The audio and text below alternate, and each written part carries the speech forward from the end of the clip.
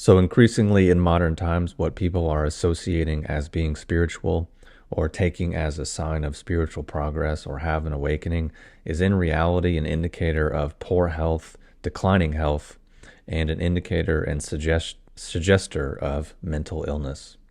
And oftentimes engaging in this behavior is really coming from a deep need to feel special, different, or unique. And it's really a sense of hyper-sentimentality, exaggerated emotionality, and a high degree of mental fixation that leads to a high degree of disembodiment and more or less sets a person up to exist in the world in a fairly schizophrenic way. So what I mean by that is being hypersensitive to your environment has nothing to do with being spiritual, being awakened, being conscious, or being evolved. It just means your body is not in a good place, that it really can't even handle the basic function of life and is becoming overwhelmed with your environment. Smoking weed and doing plant medicines, again, nothing to do with anything spiritual in any way, shape, or form. Sometimes these can be psychologically therapeutic for people because they can experience the contents of their subconscious and their unconscious in a way that they maybe weren't aware of before.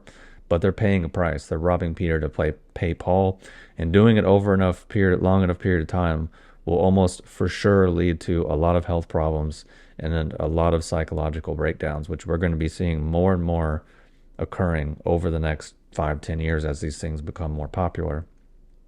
Or on the flip side, they become more dull, more disassociated, more checked out to basically avoid all of the robbing Peter to play Paul. So another thing is becoming hypersensitive to different foods and developing digestive issues. Again, that's an indicator of poor health. That's an indicator of something in your body is not working properly, not you being super sensitive or sensitive to energy or whatever other way you're phrasing it other than just admitting it and calling it for what it is. Because we're human beings on the planet, we should be able to live in an environment without being completely overwhelmed and have all these issues, and we should be able to eat just food without having a complete breakdown. Emotional instability, feeling emotions super strongly and having lots of mood swings, has nothing to do with being spiritual or having an awakening or anything. What that has to do with is having emotional instability, hyper emotionality, and having mood swings. Not being able to sleep through the night also just is indicating your nervous system is dysregulated or you have indigestion. It's not an awakening. It's not making you special. It's not a message from the cosmos. It means something in your body is not functioning properly, which is probably your liver, which is why most people usually wake up around 1 to 3 a.m. because they have some digestive issues because their liver isn't functioning properly and it wakes them up. Typically, that's what happens. So then, even getting to more extreme examples like having visions, having odd visual phenomena, or having generally what we could call an active imagination.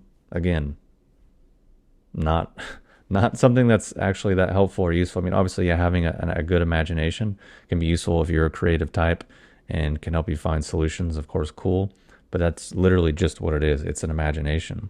And if people are engaging in practices that are using imagination, then it's a pretty fair assumption to say that the results from the imaginary practice are also imaginary. So being sensitive to what a person perceives as other people's emotions is just, again, being sensitive to other people's emotions, which is more often than not a survival mechanism that children have that they developmentally usually move out of when they don't need it for survival because they can communicate, use language, and use other things. But people are stuck in that sometimes because they have a really stressful or bad childhood, and they take that as being, spiritual or special or unique or any other fill in the blank, which, we get into things like HSPs, highly sensitive people, and intuitives and empaths, which are more or less just really going heavily into that mechanism. But again, we always have to look at clarity and discernment and being able to have really strong boundaries and really strong reflection and intelligence to discern what is self and what is other, which is quite tricky. Then on getting into any other extreme examples, people that are, get into star seeds, and I'm from other planets, I'm from other constellations, I'm from an alien race, I'm an indigo child, I'm here to save the planet, I'm here to usher in a new age of consciousness. And subsequently people getting lost in conspiracy theories and all manner of secret knowledge, or hearing voices, talking to spirits, channeling, or any other manner of kind of psychic diversion, again, has nothing to do with being spiritual, and more often than not is an indicator of poor health and an indicator of mental illness. And the reason why I point this out, the reason why I'm making the video, the reason why I say these things is because as a human being living on the planet, as an adult navigating the adult world, it makes a lot more sense to develop useful and practical skills, qualities, and abilities for navigating that adult world and for navigating the world as an adult, hopefully. And it would make more sense to acknowledge, understand, and find genuine solutions for problems, because clarity and discernment are usually a lot more practical, a lot more helpful, and a lot more useful to be able to say, this is what this thing is, and then to be able to judge appropriately what should be done or not. Because if you have no idea what the thing is, and then you have no clue what to even do about it,